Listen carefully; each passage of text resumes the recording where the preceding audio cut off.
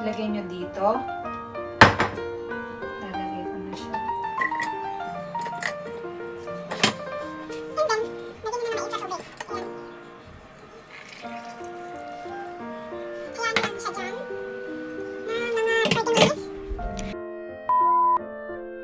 Hello guys! So for today's video, I will teach you how to make lemon ginger tea. So first, we need green tea. Ayan, ginger and lemon and yung pang squeeze. So so ito yung ginagawa ko kapag may sipon ako at masakit yung lalamunan ko. Proven and tested na siya.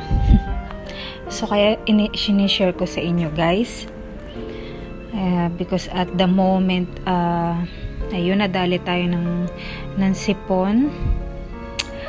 So now nagpapakulo na ako ng tubig and then sisimulan na natin tong gawin. So let's start guys. So guys, ayan, kumukulo na yung tubig. Kumulo na yung tubig natin. So, ayan, hugasan nyo tong luya.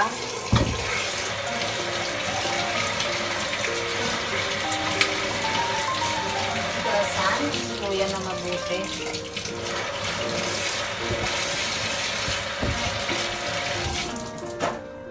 Tapos balatan.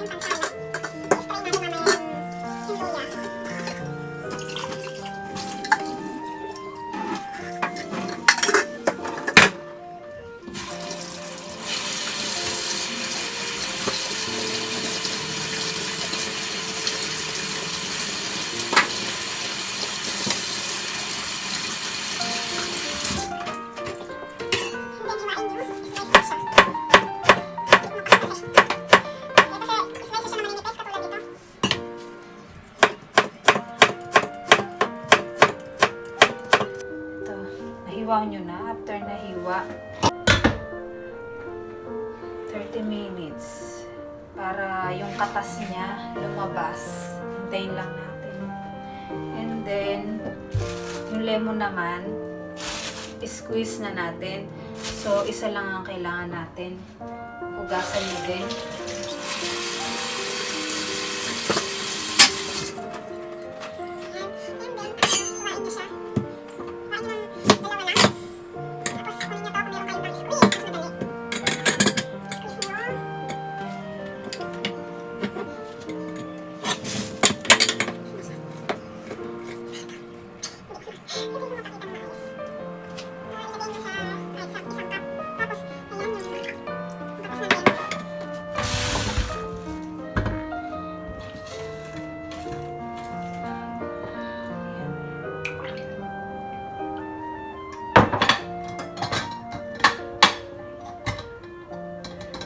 Lagi ko tong ginagawa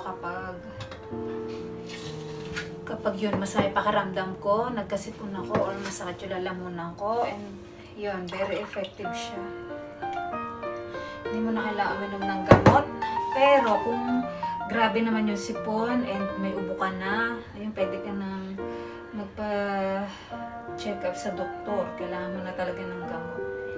Pero kung mild sipon lang, masakit na lamunan, yung parang feeling mo magkakasakit ka, ayun, ito na yung parang first aid mo. home remedies. Yan. Napaka-healthy pa niya. Kahit wala kang sipon or wala kang sakit, pwede mo siyang gawin everyday. Minsan nakakatamad nga lang kasi dahil matrabaho siya.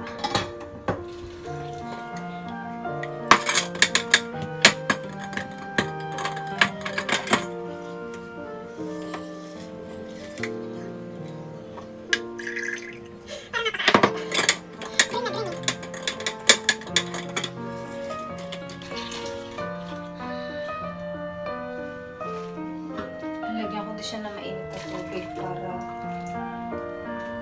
ibang katas niya.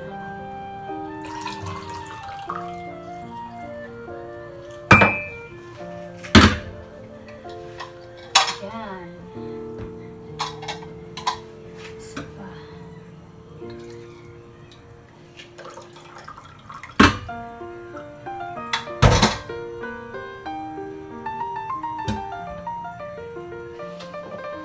Guys, ito yung ginger and yung lemon. So, hintayin lang natin na lumabas yung katas ng luya. And then, pag mixin natin sila. And kung gusto nyo lagyan ng sugar, pwede din. Pero ako, konting sugar lang siguro. Huwag masyado matamis. Lalo na sa masakit yung lalamunan nyo, bawal yung masyadong matamis. So, we will wait for 30 minutes, guys, para doon sa luya natin. And then, we can mix together na yung lemon, yung ginger, and yung tea. Yung tea, madali lang naman. Ano lang natin. I-dip lang natin. So, let's wait. Ayan, guys. So, natapos na yung 30 minutes. So, i-check na natin yung luya.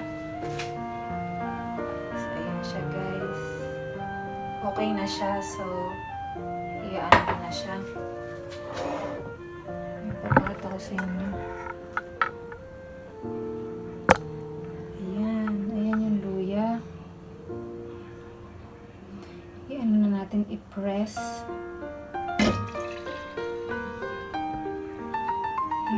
Katas ng luya. Tapos pwede ka pang mag-add pa ng tubig para kumatas siya ulit. Yan. And then kunin natin. Tapos ilalagay ko na sa, ayan guys, yung luya. Nakuha nating juice ng luya. So, ilalagay ko na dito sa aking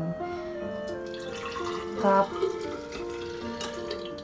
And yung lemon. Ito yung lemon. Ihalo natin. Kalahati muna. Timplahin muna natin. Baka sobrang asim.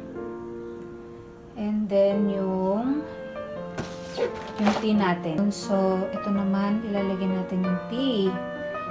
I-dip lang natin dyan. Bali, nalagyan ko na din pala siya ng konting sugar lang. So, ayan. Haluin lang natin.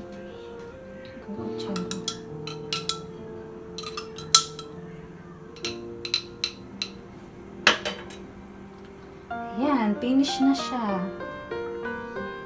Meron na tayong lemon ginger tea. So guys, dito ko natatapusin yung video. I hope na nakatulong sa inyo itong video na to. So don't forget to like and subscribe on my YouTube channel. Bye bye!